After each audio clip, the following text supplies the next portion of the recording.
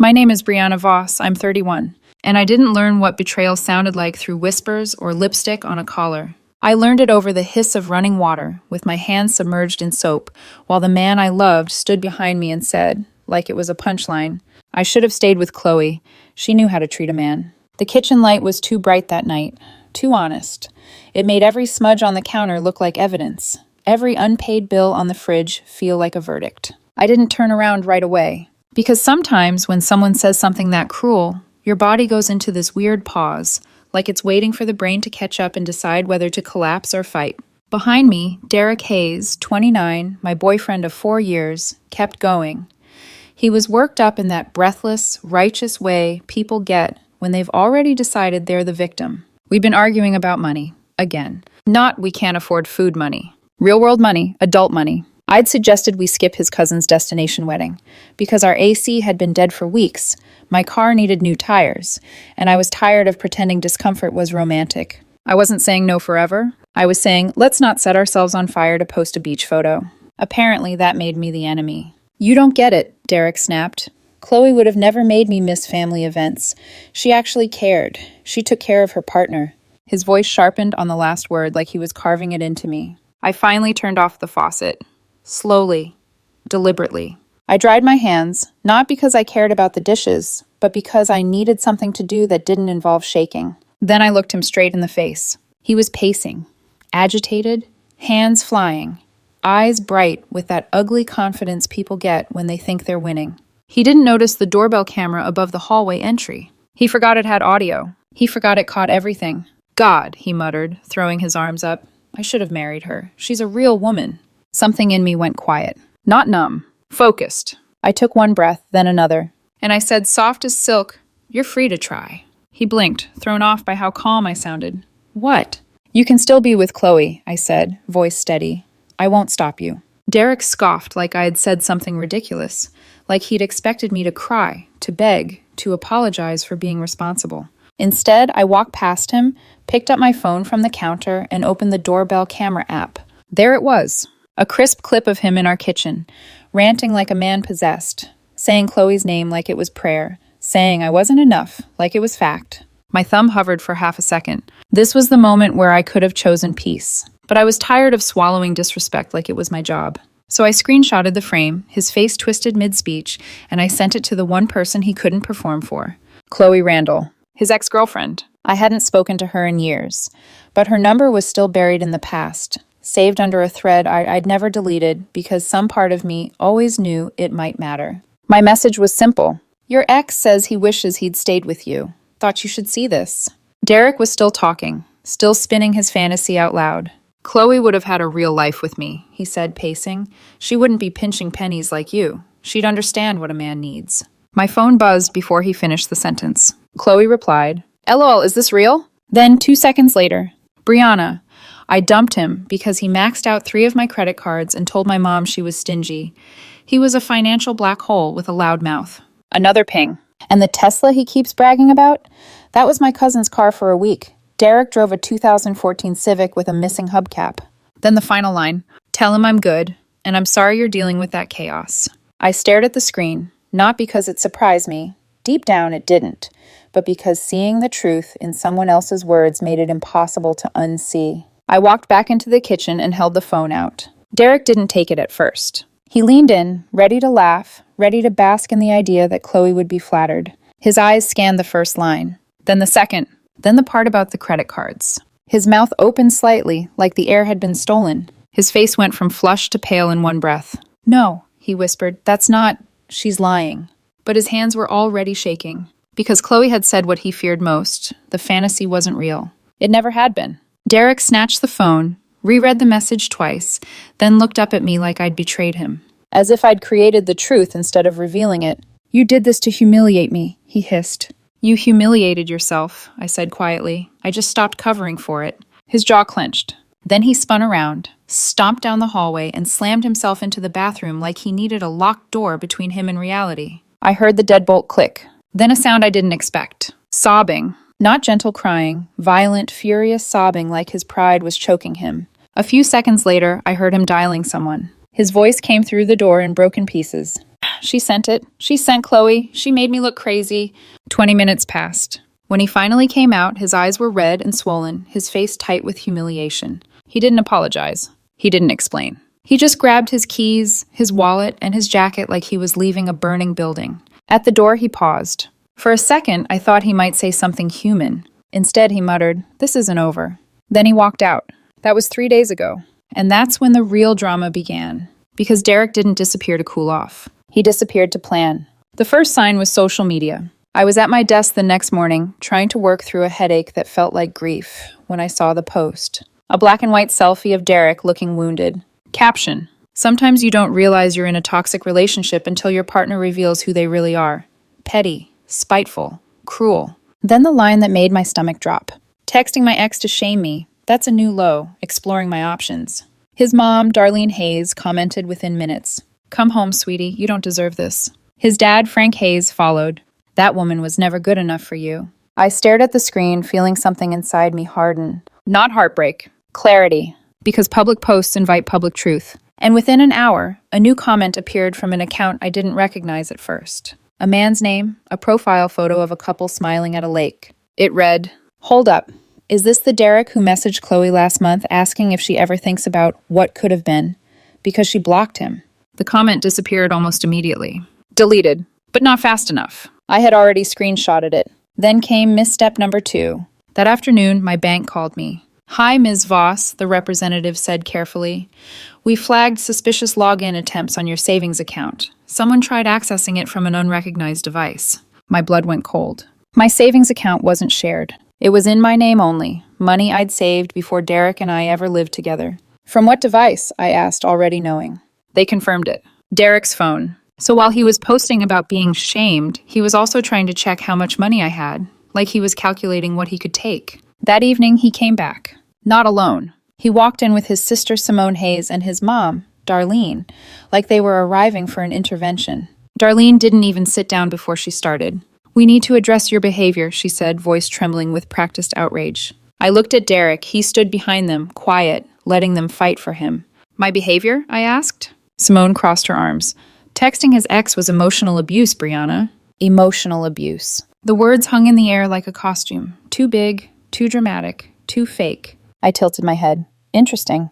Then I lifted my phone. "Should we talk about why Derek tried logging into my savings account today?" Derek's eyes flashed. Darlene froze. Simone's mouth tightened. And in that silence, I felt it, the shift. Because for the first time, they realized this wasn't going to be a scene where I cried and begged and made Derek look innocent. This was going to be the scene where the truth walked into the room and refused to leave. And Derek was already sweating. When I asked about the savings account, Derek didn't answer right away. He did that thing he always did when he got caught. He let his face go blank, as if silence could erase the evidence. Darlene recovered first. She lifted her chin, eyes narrowing like she'd found a new angle. "He was trying to see if you were hiding money," she said, as if that made it noble. "If you're planning to leave him broke..." "I'm not married to him," I cut in calmly. "And it's not hiding if it's an account I opened before I even met him." Simone made a sharp, dismissive sound. "So you admit you've been keeping money separate?" I almost laughed. Almost. Because the logic was so twisted it was practically artistic. "Derek has his own checking account," I said. "His paycheck goes there. He has a credit card. He has access to the fridge, the shower, the Wi-Fi, and my patience, which is running out." Derek finally spoke, voice tight. "You don't get it. You don't understand what you did." "What I did," I repeated. He stepped forward, eyes glassy and furious, like he'd rehearsed this in the mirror. "You sent that to Chloe to destroy me," he said. "You wanted her to laugh at me. You wanted to make me look pathetic." I held his gaze, steady. "Derek, you were standing in my kitchen telling me you should have stayed with her. You were praising her like she was a saint and treating me like a burden. I didn't put words in your mouth." Darlene snapped. "You still had no right to involve her." "And he had a right to involve her by bringing her up every time he wants to win an argument?" I asked. Silence. For a moment, they all looked at Derek, waiting for him to correct me, to deny it, to pretend he wasn't the one who lit the match. He didn't. Because he couldn't. Simone's voice softened, but it wasn't kindness. It was strategy. "Brianna, we're here because Derek is hurting," she said. "He feels cornered, attacked." "Attacked," I echoed, looking at Derek. "By the truth?" Derek's nostrils flared. "You're making me the villain." You made yourself the villain the second you tried to log into my savings account, I said. What were you hoping to find? A number to scream about? A reason to demand half? Darlene's eyes widened like I'd said something obscene. Simone snapped. He's been under stress, you know that. Stress doesn't give you permission to break into someone's financial life, I said. Derek's jaw clenched. And then, because he couldn't win with logic, he tried emotion. He put a hand to his chest and said, I've been giving you everything.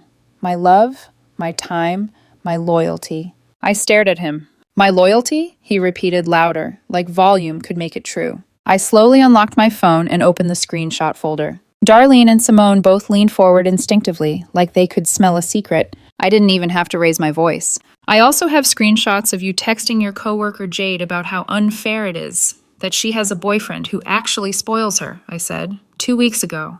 And the week before that, your message about how she looked dangerous in that dress. Simone's face tightened. That's not what that means. Darlene turned sharply to Derek.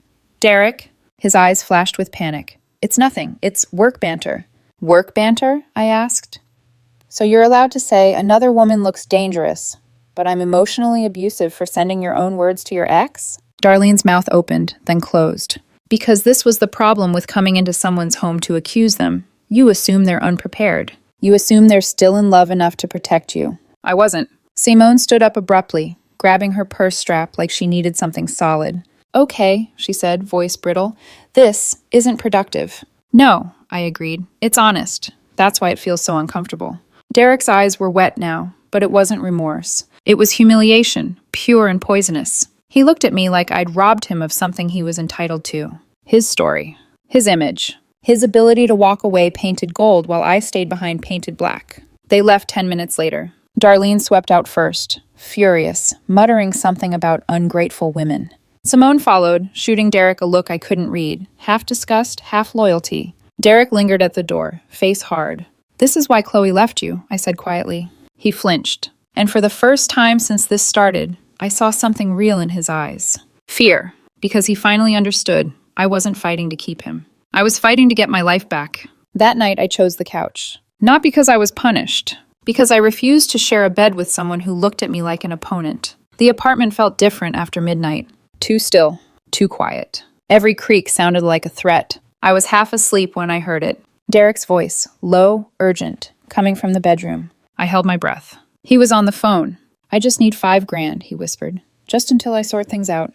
Pause. No, I can't ask her. She'll say no. She's being vindictive. Another pause, longer. Then Derek's tone shifted, smaller, softer, almost childish. Please, Dad. I felt my stomach sink as if my body already knew what his father would say. Frank Hayes wasn't a warm man, but he wasn't stupid either. I couldn't hear every word, but I caught enough. A sigh. A firm no. Then Derek's voice cracked like a spoiled door. You don't get it, he hissed. She's destroying me. He hung up hard. A second later, something hit the wall. Not heavy enough to break drywall, but heavy enough to announce rage. I lay there in the dark, heart pounding, realizing something I hadn't wanted to admit. Derek wasn't grieving the relationship. He was grieving the loss of control.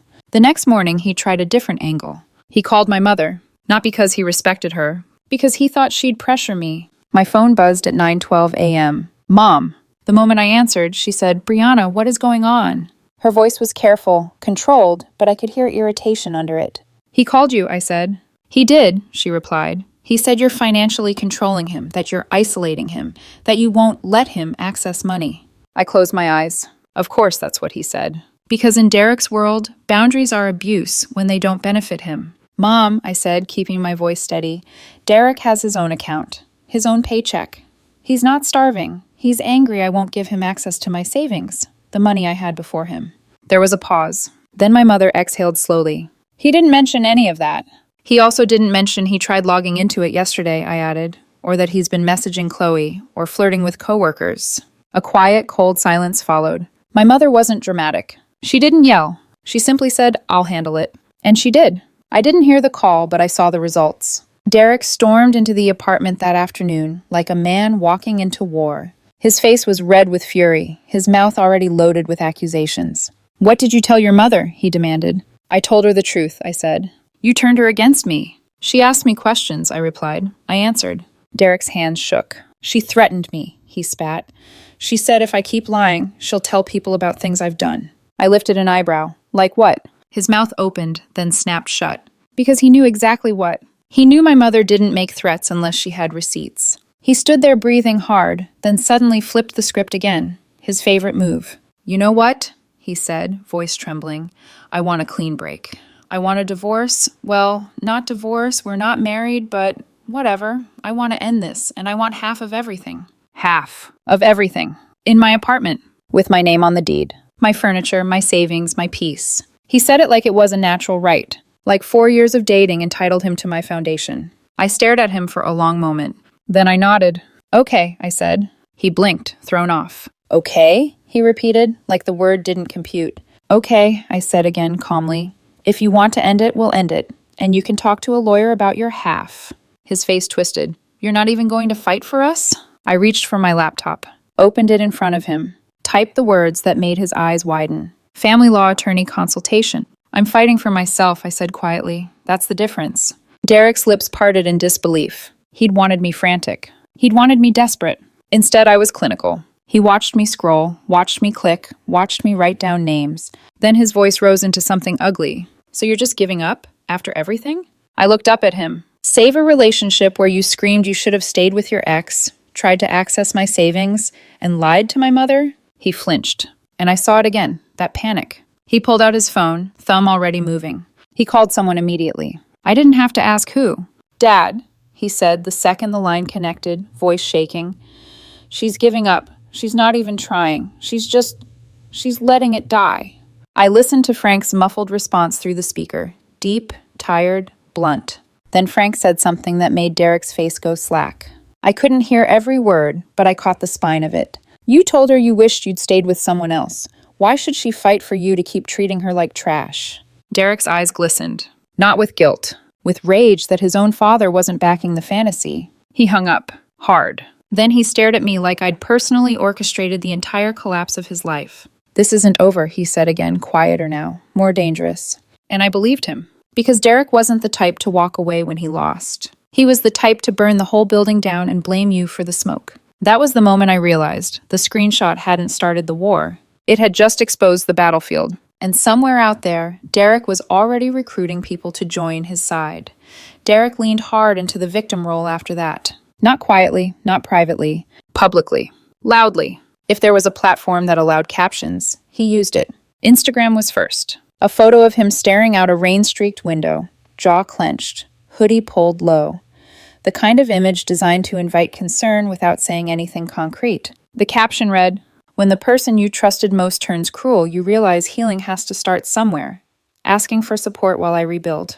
Below it, his Venmo handle. I stared at the screen longer than I want to admit. Not because it hurt. Because it was surreal watching someone weaponize sadness like a business model. People commented with heart emojis and vague affirmations. Stay strong. You deserve better. Healing isn't linear. I didn't engage. I didn't correct. I didn't comment. Because I was done arguing with fiction. Then something happened that cracked his narrative clean in half. Someone sent him 20. The note read, "For therapy, you need it.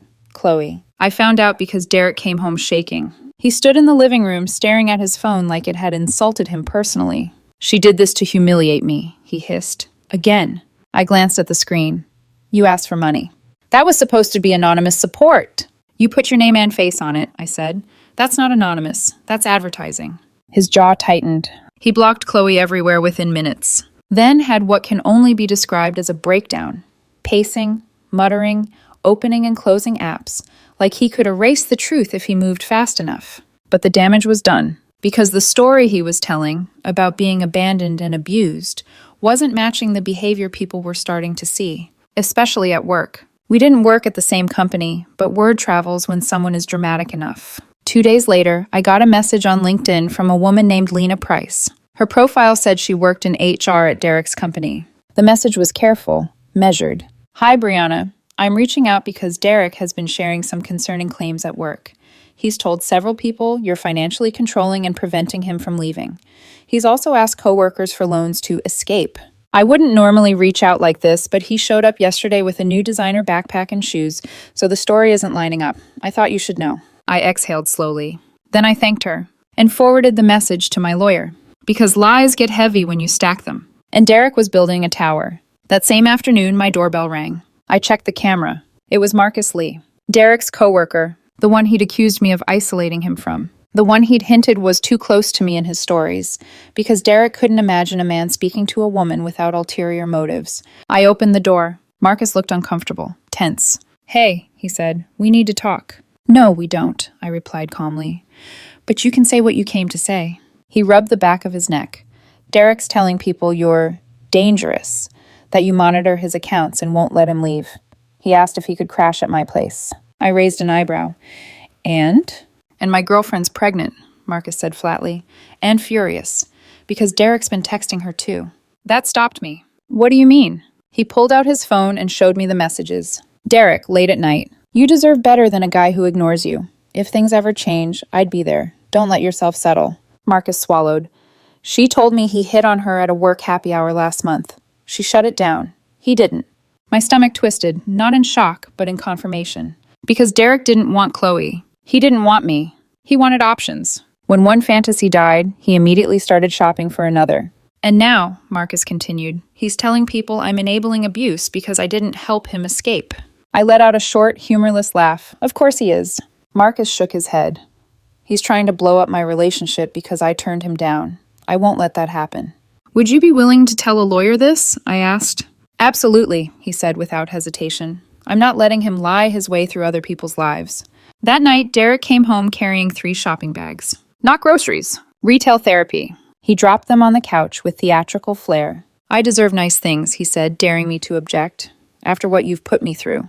I stared at the bags. Designer labels, clean edges, not a single clearance tag in sight. "Is this before or after asking coworkers for escape money?" I asked. His face darkened. "You humiliated me," he snapped. "You texted my ex. You made me look pathetic." "You were already saying it," I replied. "I just let her hear it." He picked up one of his shoes and flung it across the room. It missed me. It didn't miss the TV. The screen cracked with a sharp final sound. He froze. So did I. "That," I said evenly, "is coming out of whatever imaginary half you think you're entitled to."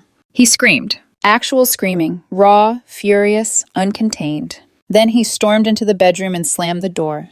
The next morning, I met my lawyer, Denise Harper. She was calm in a way that immediately made me feel safer. Not soft. Sharp. When I told her everything, screenshots, bank login attempts, messages, coworkers, she didn't look surprised. She smiled thinly. "People like Derek always think the loudest story wins," she said. "They forget evidence doesn't care about volume." Derek hired his own lawyer 2 days later. Elliot Moore, apparently top-rated according to Google. Denise chuckled when I said his name. "Charges aggressively," she said. "Struggles when facts are involved." Mediation was scheduled for the following week. Derek arrived like he was auditioning for a magazine spread. Designer jacket, new watch, fresh haircut. He sat back in his chair, arms crossed, face practiced into wounded confidence. He opened with, "I need financial support to maintain the lifestyle I've grown accustomed to." Denise didn't even blink. She slid a folder across the table. "Your client spent $3,700 on non-essential retail items in the last 7 days," she said calmly, while simultaneously claiming financial distress. Elliot turned slowly toward Derek. "You spent how much?" "I needed to look professional," Derek snapped, "for this process." "Professional," Denise echoed. Interesting choice of word. The mediator, Ruth Adler, an older woman with tired eyes and no patience for nonsense, leaned forward. "You're employed full-time," she said to Derek. "No children, no shared property. What exactly is the hardship?" "He emotionally abused me," Derek said immediately. "How?" Ruth asked. "He texted my ex after I expressed regret," Derek replied. Denise tilted her head.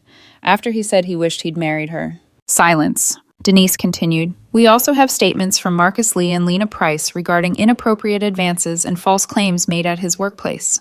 Derek went pale. "How did you—" "They came forward voluntarily," Denise said.